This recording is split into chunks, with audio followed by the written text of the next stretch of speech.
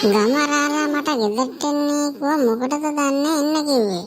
ගිහින් බලන්න ඕන මොකටද එන්න කිව්වේ කියලා.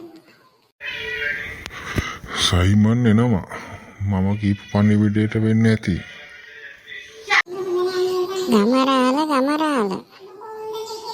ඔන්න මං කිව්වා වගේම ආවා. සයිමන් අපේ කුඹුර මැද තියෙන ලොකු ගලක්. මට ඒ ගල අයින් කරගන්න ඕන ඔබට කියලා.